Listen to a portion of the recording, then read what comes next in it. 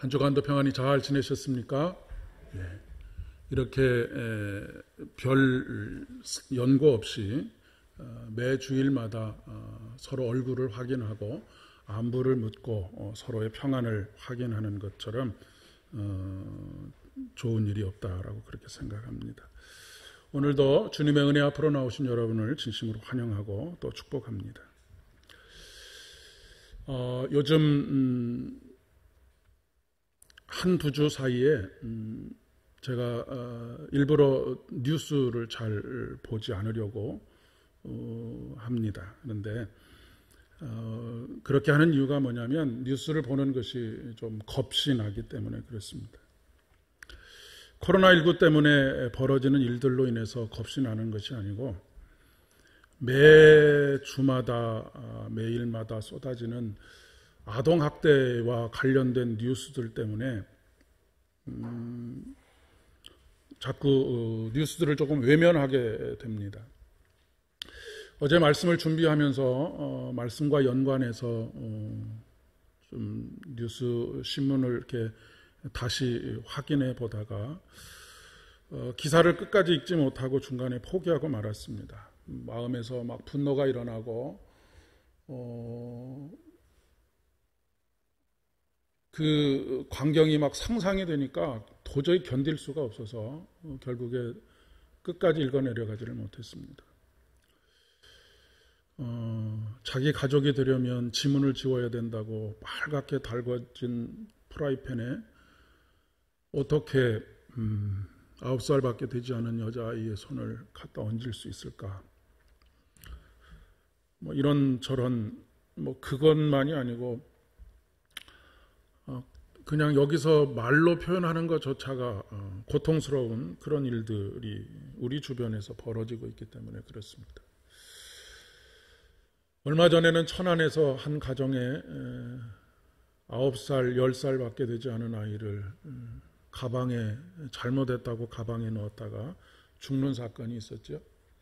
지난주에는 또 창녕에서 9살밖에 되지 않은 어린 여자아이가 학대와 구타 중에 집을 그 높은 곳에서 지붕을 타고 남의 집으로 들어가서 탈출을 하게 되는 그런 상황들.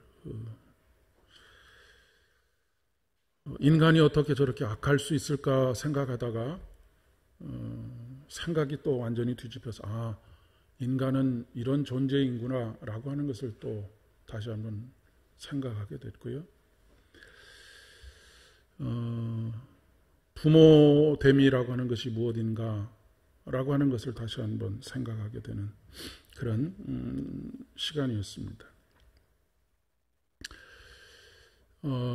그 아이가 집에서 탈출해서 어디로 가고 싶냐라고 물었더니 큰아버지 집에 가고 싶다라고 그렇게 이야기를 했다는 것이 혈육으로서의 큰아버지가 아니고 2살부터 4살까지 살았던 위탁가정의 위탁가정을 큰아버지 집이라고 그렇게 이야기하고 그 집에 가서 머무르고 싶다는 이야기를 했다는 이야기를 들으면서 참 마음이 아팠습니다.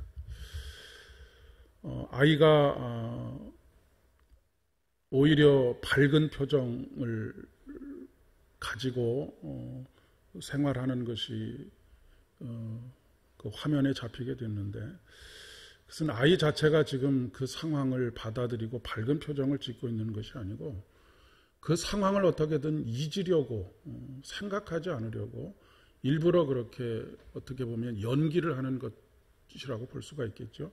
심리학적으로 보면 그렇습니다. 제가 마음이 하도 뜨거워져서 저녁에 밥을 먹고 난 다음에 앉아서 그런 이야기를 했습니다. 지금 심정 같으면 내가 데리고 오고 싶다. 위탁가정을 하고 싶다라고 하는 이야기를 했습니다. 그랬더니 저희 큰딸에게 그 마음이 전달이 되었는지 아빠 그렇게 하고 싶으면 그렇게 하셔도 좋을 것 같은데요 라고 이야기를 하는 것을 들으면서 굉장히 마음에 큰 위로가 됐습니다. 그런데 참 더 안타까운 것은 그렇게 학대하고 또 구타하는 부모들 중에 거의 대부분은 어린 시절에 본인이 똑같이 그렇게 학대와 구타를 경험했던 그런 사람들이 대부분이라고 하는 것입니다. 여러분, 다른 사람이 나와 상관없는 어떤 사람이 구타를 하고 학대를 하는 것도 받아들이기 어려운데 사실 구타와 학대가 일어나는 대부분 거의 한 80% 가까이가 친부모이거나 아니면 이렇게 재혼한 가정의 부모들입니다. 그러니까 자기 자식에게 그렇게 하고 있다라고 하는 그런 이야기입니다. 어떻게 보면 구타와 학대가 대물림되고 있는 것이라고 그렇게 생각이 되어집니다. 하루속히 법과 제도도 좀 정비가 되었으면 좋겠고요. 외국의 경우에는 아이들에게 조금만 학대하는 그런 모습이 보여도 바로 경찰들이 와서 분리시켜서 더 이상 부모로서의 역할을 할 수 없도록 그렇게 만드는 제도들이 되어져 있는데 우리나라는 다시 맞을 줄 알면서도 다시 자기 집으로 돌아갈 수밖에 없는 그런 구조가 되어져 있기 때문에 이런 일들이 계속해서 반복되고 있다라고 그렇게 생각을 합니다.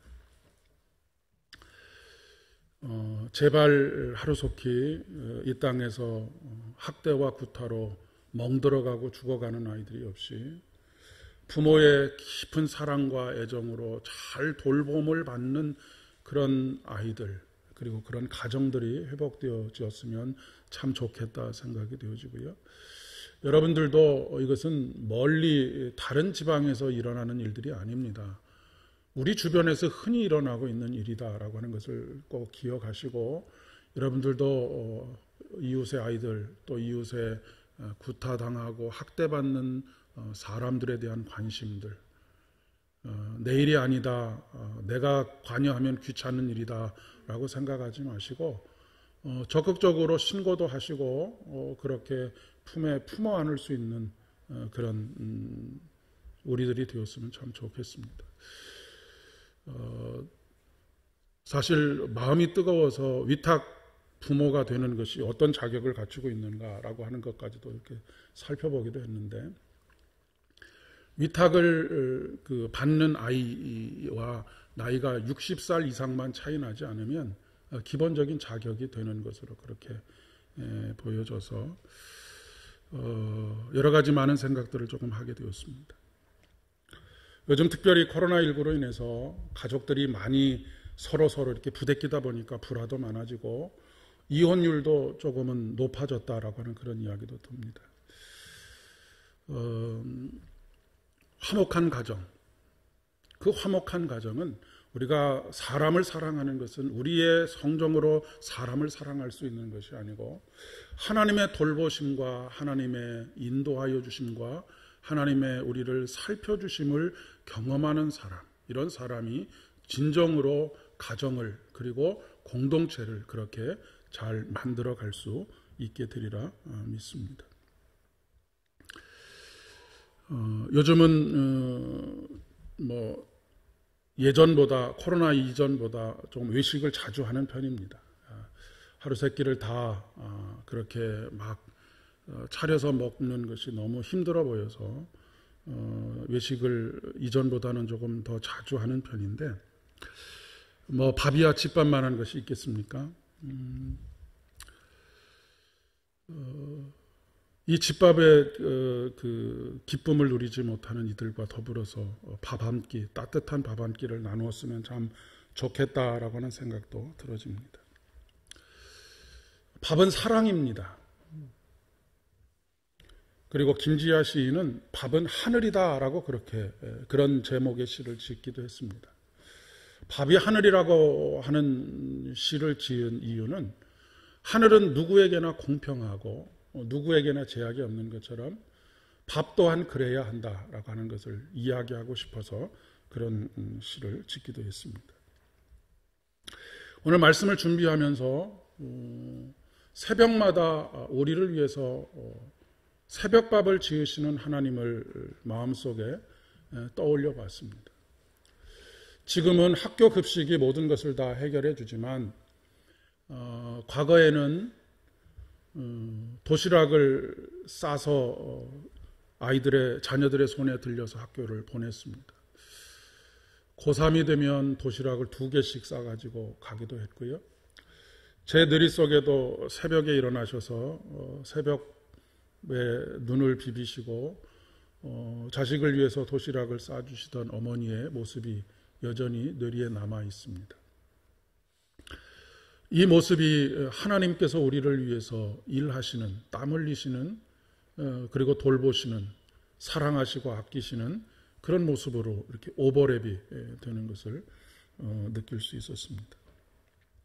이스라엘 백성들이 광야에서 40년을 사는 동안에 그들에게 하루도 거르지 않으시고 새벽마다 그들이 나가면 여지없이 준비된 만나와 메추라기를 이스라엘 백성들이 먹고 힘을 내고 그 고단한 광야의 길을 걷지 않았습니까?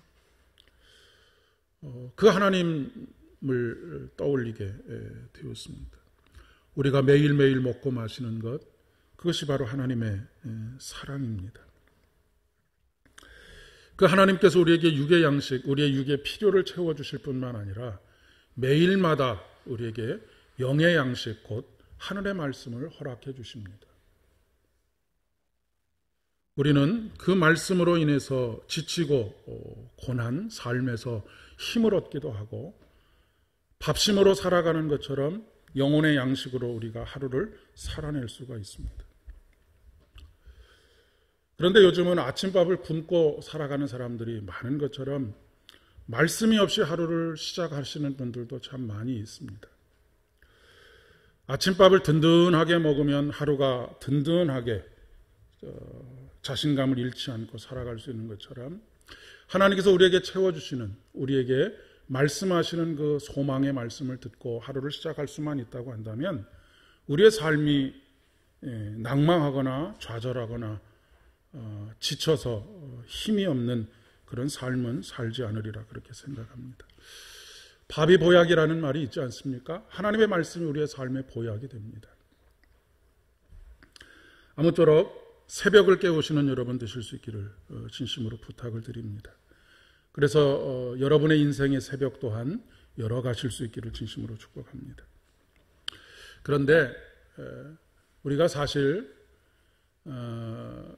우리를 위해서 새벽을 깨우고 일어나서 새벽밥을 짓고 또 우리에게 필요한 것들을 공급해 주기 위해서 밖에 나가서 일을 열심히 땀 흘려서 일하시는 부모님에 대해서 감사하는 마음을 가지는 것이 쉽지는 않은 일입니다.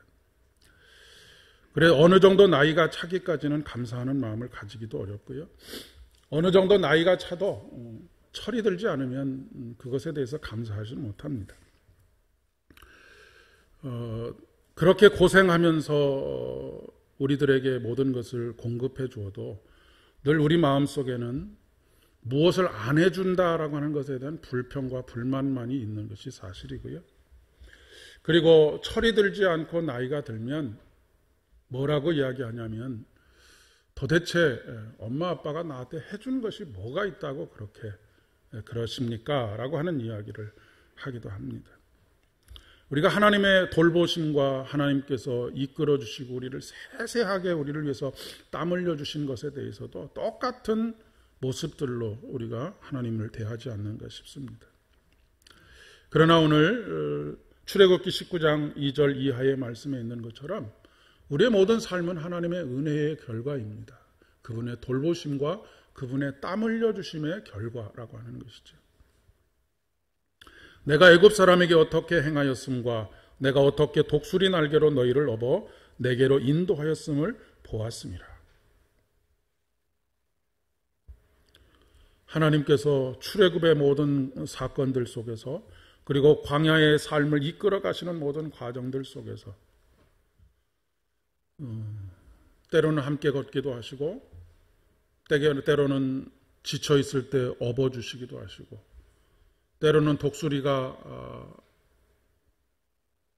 두 날개로 업어서 멀리 갈 수 있도록 해주시는 것처럼 그렇게 빠른 지름길로도 우리를 다니게 하셨던 분이 하나님이시라는 말씀입니다. 그런데 이스라엘 백성들 중에 이렇게 생각한 사람들이 그렇게 많지 않았습니다. 오히려 내가 어떤 문제의 측면에 있을 때 도대체 하나님은 어디 계셨습니까? 라고 그렇게 질문하는 질문들이 훨씬 더 많았던 것 같습니다. 배은망덕도 이런 배은망덕이 없죠. 하지만 사실 인격적으로 그리고 현실적으로 이런 믿음을 경험하면서 산다라고 하는 것이 그렇게 쉽지만은 않습니다. 그런 반면에 이렇게 하나님께서 나를 때로는 업으시고 때로는 나와 함께 그 자리에 주저앉아서 쉼을 함께 하시는 그런 모든 삶의 상황들을 경험하면서 살아가는 사람들의 감사와 기쁨, 평안은 경험해보지 않은 사람은 알 수 없는 것이죠. 오늘 시편 100편에서 시인은 이렇게 노래합니다. 3절의 말씀에 여호와가 우리 하나님이신 줄 너희는 알지어다. 그는 우리를 지으시니요 우리는 그의 것이니 그의 백성이요 그의 기르시는 양이로다 라고 그렇게 노래하고 있습니다. 여호와가 우리 하나님이신 줄을 알지어다 라고 말할 때 이 알지어다라고 하는 단어는 단순히 우리가 이론적으로 머릿속으로 그것을 안다라고 하는 그런 의미보다는 경험하면서 살아가는 것입니다. 하나님이 어떤 분이신지를 매일매일의 삶 속에서 경험하면서 살아갈지어다라고 그렇게 이야기하고 있는 것이죠. 그 하나님은 어떤 하나님이시냐면 우리를 지으신 분이요 우리는 그의 것이며 우리는 그의 기르시는 양이로다라고 하는 그런 고백인 것이죠. 시편 23편 1절 이하의 말씀에서 여호와는 나의 목자시니 내게 부족함이 없으리로다. 그가 나를 푸른 초장에 누이시고 쉴만한 물가로 인도하시는도다. 내가 사망의 음침한 골짜기를 다닐지라도 해를 두려워하지 않을 것은 주께서 나와 함께 하시기 때문이다 라고 그렇게 노래하고 있는 것을 보게 됩니다. 다윗이 지금 지은 이 시편 23편의 배경이 다윗이 인생에서 가장 고통스러울 때 가장 밑바닥에 있을 때 이 지은 시가 바로 이 시라고 하는 것을 말씀을 드린 적이 있습니다. 그런데도 불구하고 그는 평안과 쉼을 그리고 안식을 경험하고 있습니다. 그 이유는 무엇이냐면 단 한 가지입니다.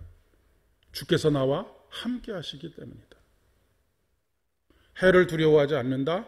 사망의 음침한 골짜기를 지날지라도 전혀 두렵지 않다. 그 오직 한 가지 이유는 주께서 나와 함께 하시기 때문이다. 지금 상황이 좋아졌기 때문에 내가 원하는 상황이 만들어졌기 때문에 그곳에서 쉼과 안식을 누리고 있는 것이 아니고 하나님께서 함께하고 계시기 때문에 그 쉼과 안식을 누리고 있다라고 하는 그런 이야기입니다. 우리는 하나님께서 함께 하시면 이런 일들이 벌어져야 된다, 이런 일들이 있어야 된다라고 하는 어떠한 만들어진, 우리가 만들어낸 그런 규격이 있습니다. 그러나 결코 그렇지가 않습니다. 하나님은 우리에게 각자에게 맞춤으로 역사하십니다. 하나님은 공장에서 찍어내듯이 우리에게 모든 것을 똑같이 주시는 것이 아닙니다. 하나님께서 우리에게 베푸시는 공평은 각자에게 맞는 것을 주시는 것이 공평한 것입니다. 세상에서 말하는 평등은 모든 사람들에게 100원 하면은 100원을 다 주는 것이 평등이라고 한다면 하나님의 공평은 각자에게 맞는 것을 주시는 것입니다. 여러분, 만약에 선물을 받을 때에 혹은 줄 때에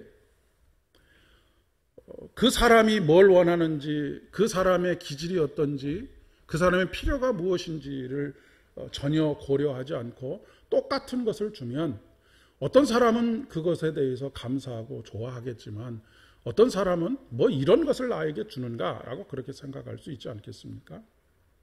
하나님께서 우리에게 우리 인생에 베풀어 주시는 모든 사랑과 은혜와 돌보심이 그와 같습니다. 똑같이 우리에게 규격화된 어떤 공장에서 찍어낸 것을 주시는 것이 아니라 우리에게 필요한 것들, 우리가 좋아하는 것들, 우리가 즐거워하는 것들, 이런 것들을 각자의 맞춤에 맞추어서 주신다라고 하는 것입니다. 어찌 보면 하나님께서 우리와 끊임없는 밀당 가운데 있는지도 모르겠습니다. 잠언의 말씀에 보면 그렇게 기도하고 있지요. 나를 부하게도 마시고 가난하게도 마십시오. 부하게 되어서 내가 교만하여 하나님을 떠날까 두렵습니다. 가난하여 그것에 절망하고 또 하나님을 떠날까 두렵습니다. 그러니 부하게도 마시고 가난하게도 마시고 라고 하는 것은 그저 그렇게 살아갈 수 있도록만 해달라고 하는 그런 표현이기보다는 그 모든 것을 내게 주실 수 있는 당신이 오직 내 곁에 계셔 주십시오 라고 하는 그런 기도라고 그렇게 생각이 되어집니다. 우리의 유일한 희망은 하나님께서 함께 하시는 것입니다. 그분의 돌보심 가운데 있는 것입니다. 하나님께서 함께 하신다라고 하는 것은 그냥 곁에 함께 하신다라고 하는 이야기가 아니라 우리를 위해서 땀을 흘려서 일하신다라고 하는 그런 의미입니다. 아까 새벽밥을 지으시는 하나님이신 것처럼 우리 곁에서 우리가 잠들어 있는 그때에도 우리를 위해서 일하시는 하나님. 시인은 그렇게 노래하지 않습니까? 하나님은 우리가 잠자는 가운데도 복을 주신다. 여러분, 이 말씀처럼 은혜로운 말씀이 어디 있겠습니까? 우리는 우리가 깨어 있어서 열심히 몸부림을 치고 답답해하고 절박해하고 그렇게 해서 모든 힘을 다 쏟아부어야지만 우리에게 복이 많은 것처럼 생각하는데 하나님은 우리가 잠자는 가운데 복을 주신다는 것입니다. 그 얘기는 모든 복이 하나님께로부터 온다라고 하는 것을 말씀하시는 것입니다. 로마서 5장 5절 말씀에 이 희망은 우리를 실망시키지 않는다라고 사도 바울은 고백하고 있습니다. 그러면서 사도 바울은 환난 가운데 오히려 환난을 자랑한다라고 이야기합니다. 왜냐하면 환난이 환난으로 그치는 것이 아니고 환난을 당하고 있는 사도 바울 곁에 우리 주님께서 함께 하시기 때문에 그렇습니다. 그래서 환난은 인내를 낳고 인내는 연단을 낳고 연단은 소망을 낳게 될 것. 그것을 믿기 때문이고 알기 때문이고 경험하고 있기 때문이다라고 말씀하고 있는 것이죠. 복음서의 말씀들을 찬찬히 잘 살펴보시면 예수님께서 이 땅에서 3년의 공생애를 살아가시면서 얼마나 땀 흘리시면서 우리를 위해서 일하셨는지를 찾아볼 수 있습니다. 오늘 9장 35절의 말씀에 보면 예수께서 모든 도시와 마을을 두루 다니시며 유대 사람의 여러 회당을 가르치며 하나님 나라의 복음을 선포하며 온갖 질병과 온갖 아픔을 고쳐주셨다라고 그렇게 기록하고 있습니다. 한두 건이 아니고 셀 수 있는 정도가 아닐 때 우리는 모든이라고 하는 단어를 사용하죠. 모든 도시와 마을을 두루 다니며 모든 온갖 질병과 온갖 아픔을 다 고쳐주셨다. 여러분이 잘 아시는 것처럼 예수님은 스스로 식사할 시간도 없으실 정도로 그렇게 예수님을 찾아오는 불쌍한 지쳐있는 무리들을 돌보셨습니다. 밤에 잠을 줄여가면서까지 그렇게 찾아오는 무리들을 대하시고 치료하시고 회복시키셨습니다. 여러분, 하나님이 어떤 하나님이시냐면 광야 40년 동안 단 하루도 거르지 아니하시고 새벽밥을 지으신 그 하나님께서 신발이 헤어지지 않게 하시고 옷이 헤어지지 않도록 하셨다라고 그렇게 성경은 우리에게 기록하고 있습니다. 얼마나 질긴 것이었으면 헤어지지 않았겠는가라고 그렇게 생각할 수 있겠지만 여기서 말하는 헤어지지 않도록 하셨다라고 하는 말씀은 늘 필요할 때마다 공급해 주셨다라고 하는 그런 의미로도 충분히 해석할 수 있을 것 같습니다. 각자에게 필요한 만큼 일정하게 어느 시기에 딱 배급을 주는 것이 아니고 우리 하나님은 그러십니다. 그런데 여러분, 또 낮에 뜨거운 태양이 비칠 때 슬며시 구름으로 이스라엘 백성들을 그늘 가운데 쉴 수 있도록 해주시는 그런 사랑, 이런 배려와 사랑이 하나님께서 우리를 대하시는 방식이십니다. 너무 추운 혹독한 밤에는 불기둥을 세우셔서 몸도 얼어붙고 마음도 얼어붙었던 그들을 따뜻하게 녹이시는 그 사랑,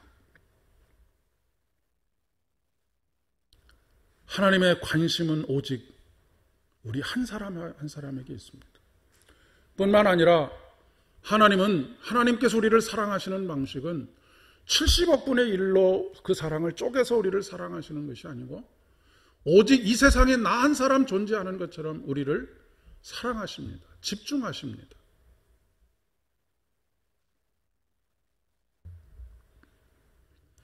그렇기 때문에 우리가 신앙생활을 하면서 꼭 하지 말아야 할 한 가지가 있다면 그것은 서로 비교하지 않는 것입니다.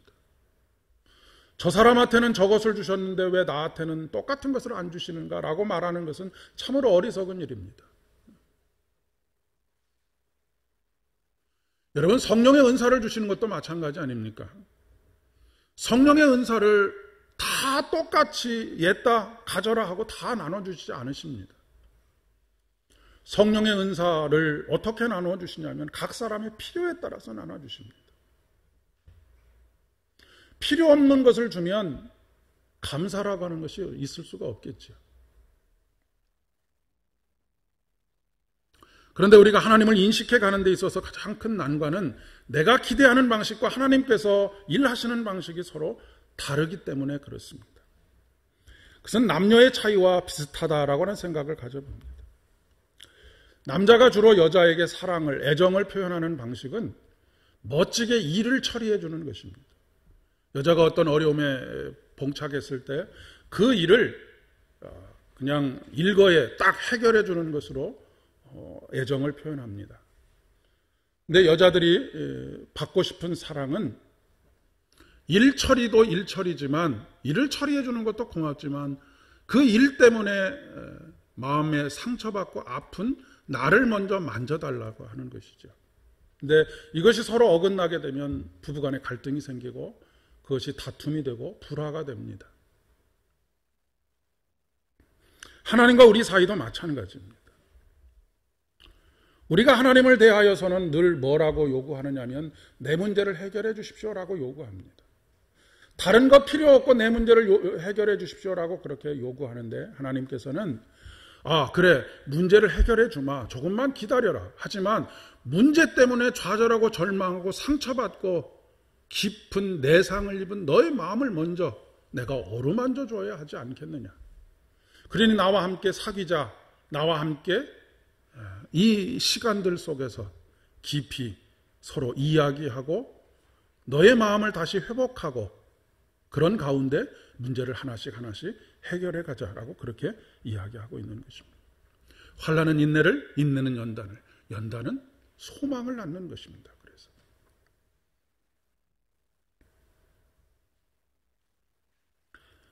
예수님을 따르던 제자들과 무리들도 예수님과의 관계 속에서 이것 때문에 갈등이 폭발하지 않았습니까? 무리들이 현실적으로 요구했던 것은 로마의 압제에서 빨리 우리를 구해달라는 것입니다. 먹고 사는 문제를 조금 빨리 해결해 달라는 것입니다. 사실 이 문제가 가장 이 사람들에게 강렬한 문제였었습니다. 그래서 오병이어의 사건이 일어났을 때 수많은 사람들이 그를 왕으로 세우려고 했었던 것을 여러분 기억하실 것입니다.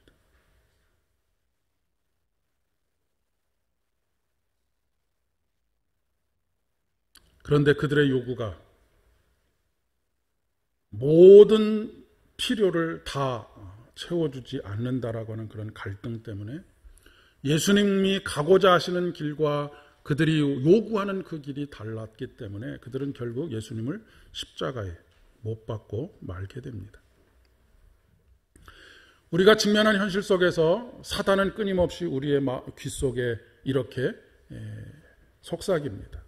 야, 큰일 났어. 이 문제 당장 해결하지 않으면 큰일 날 거야 라고 그렇게 속삭입니다. 그래서 우리의 마음속에 걱정과 근심과 근심거리들로 가득 채워지도록 만듭니다. 그런데 하나님께서는 우리에게 말씀하십니다. 걱정하지 말아라. 염려하지 말아라. 내가 네 곁에 있다라고 말씀하십니다. 그러니 나와 함께 이 문제를 함께 해결해 가자라고 말씀하고 계시죠. 하나님은 예루살렘 성전에만 계신 것이 아닙니다. 이스라엘 백성들이 가장 가깝게 하나님을 경험했던 자리는 광야 40년이었습니다. 매일매일 새벽밥을 지으시는 하나님을 경험했고 뜨거운 태양의 구름으로 그들에게 숨쉴 만한 공간을 만들어주시는 하나님, 차갑게 얼어붙어 있는 그들의 마음을 따뜻하게 녹여주는 그 하나님의 사랑, 필요에 따라서 신발을 공급하시고 의복을 공급하시는 그 하나님의 사랑을 가장 현실적으로 경험했던 자리가 광야입니다. 우리가 하나님을 경험하지 못하는 이유는 늘 광야를 벗어나기만을 열망하기 때문입니다. 그 광야에서 함께 하시고 우리를 돌보시고 우리를 위해서 땀 흘리시는 하나님, 그 하나님을 외면하고 우리는 광야를 벗어나기만을 원하기 때문에 하나님을 경험하지 못하고 그렇게 절망 가운데 빠져서 살아갈 때가 참 많이 있습니다. 우리의 희망은 우리를 둘러싸고 있는 환경이 아닙니다. 예루살렘 성전에 있다고 행복하고 광야에 있다고 불행한 것이 아니라 어느 곳에 있든지 간에 하나님께서 우리와 함께 하시는 것을 경험하게 될 때 우리가 행복해질 수 있는 것이죠. 오늘 저와 여러분의 곁에 하나님께서 함께 계십니다. 저와 여러분의 가정에 하나님께서 함께 하십니다. 우리 삼보 교회에 하나님께서 함께 하시고 여러분의 일터에 하나님께서 함께 하십니다. 이 나라와 이 민족에게 하나님께서 함께 하시고 무엇보다도 믿음의 자유를 상실하고 자유를 박탈당하고 있는 저 이북 땅에도 하나님께서 함께 하십니다. 코로나의 고통 가운데 있는 세계 곳곳에 있는 모든 사람들의 곁에